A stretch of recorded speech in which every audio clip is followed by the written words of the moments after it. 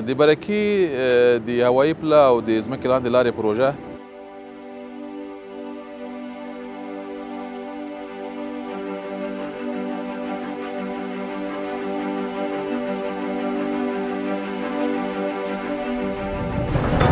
این پل مجموعاً 965 پایه داره که الحمدلله 525 پایش تکمیل شده و فعلا رنگ‌های سرپای کارسرش جریان داره.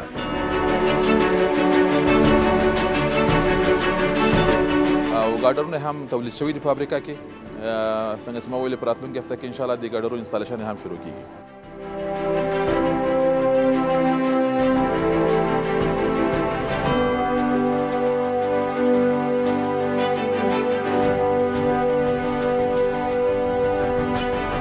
پل بعدی که بعد از دیزاین شارولی کابل کارش را در دستور کار داره که آغاز بکنه و به زودی آغاز میشه. فعلا کارهای مقدماتی از پلی است.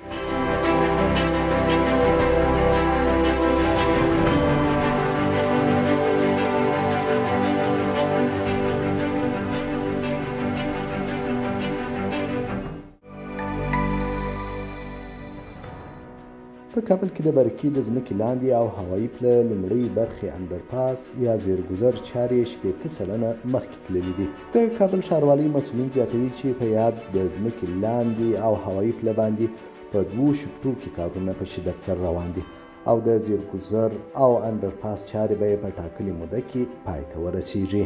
د برکي د هوایي پله او د ځمکې لاندې لارې پروژه چې د دوه برخو نه جوړه شوې ده. د لومړۍ برخې چارې روانې دي. لله الحمد تر اوسه پورې د زیرګذر د برخې چارې 80 سلنه مخې ته تللي دي او الله یې کارونه په شدت سره په 2 شفته کې مخې ته روان دي چې د اوس لپاره موږ د پایلو برخه 15 سلنه مخې ته وړلې ده. د پایل کاپو ریټرنینګ والو کاپسټونو د باکوالو د پلی چې د زیرګذر په سر 2 پلونه لرو د هغو چارې همدا اوس ګړندۍ روانې دي. د راتلونکي شنبې په ورځ باندې انشاءالله چې هغه پل کوم چې د زیرګذر په سر باندې ده او د برکي چارې شمال طرف ته موقعیت لري د هغه د ګاډرو نصب هم شروع کیږي انشاءالله. د دغه پروژې مسؤلین زیاتوي چې په راتلونکي ورځو کې به د زیرګذر پر سر باندې د 2 پلونو چارې هم پیل شي چې شمال او جنوب خواوې سره نښلوي. زیرګذر په سر موږ 2 پلونه لرو. یو د خپله د موجوده چاره چې ده د شمال خواته ده او بلې د جنوب خواته ده. چې د شمال خوا د پله دواړه طرفه ابټمنټونه او بیرنګ پډونه او بکوالونه مکمل تکمیل شوي دي. هغه خپل مقاومات هم اخیستی ده او آماده دي چې ګاډرونه بې نصب شي او ګاډرونه هم تولید شوي دي فابریکه کې څنګه چې ما ویلې په راتلونکي هفته کې انشاءالله د ګاډرو انسټالیشن هم شروع کیږي. د کابل ښاروالۍ دغه راز وایي د برکي پله چارې چې 8 میاشتې وړاندې پیل شوي وې 1525 پایې بشپړې شوي چې ژر به د پاتې پایو کارونه هم تمام شي. تر اوسه پورې هوا مناسبه ده.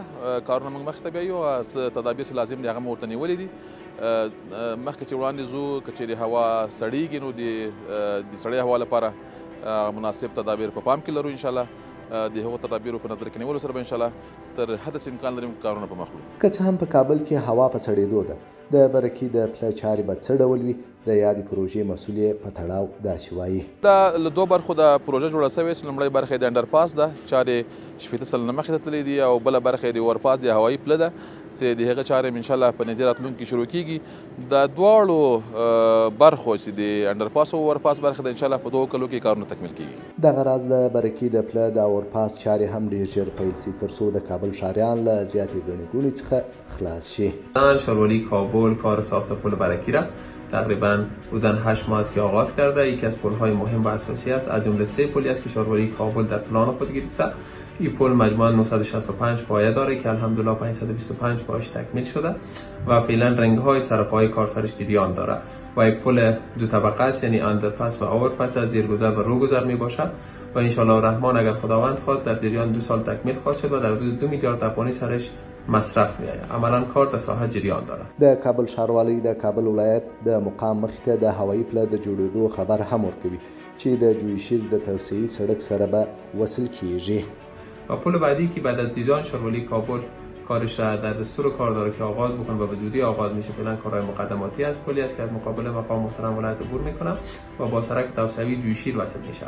این پل در حدود 273 متر طول داره، 8 متر ارتفاعش هست، 18 متر عرضش هست و دارای لوپ یا دایره ها می باشد در اطراف خود. به شکل تقریبا میتونم بگم اینتر چنج هسته که هر لوپ از در حدود 33 متر است و به زودی کارش ان شاء الله آغاز میشه. دغه راز د کابل ښاروالۍ دریم هوایي پل د جوړېدو په برخه کې هم اقدامات پیل کړي چې د منار نجات په سیمه کې به جوړیږي چې ډیر ژر به چارې پیل شي چې څلور مسیرونه سره نښلوي. و پل سوم ښاروالۍ کابل در دستور کار خود داره و فعلا تحت دیزاین است.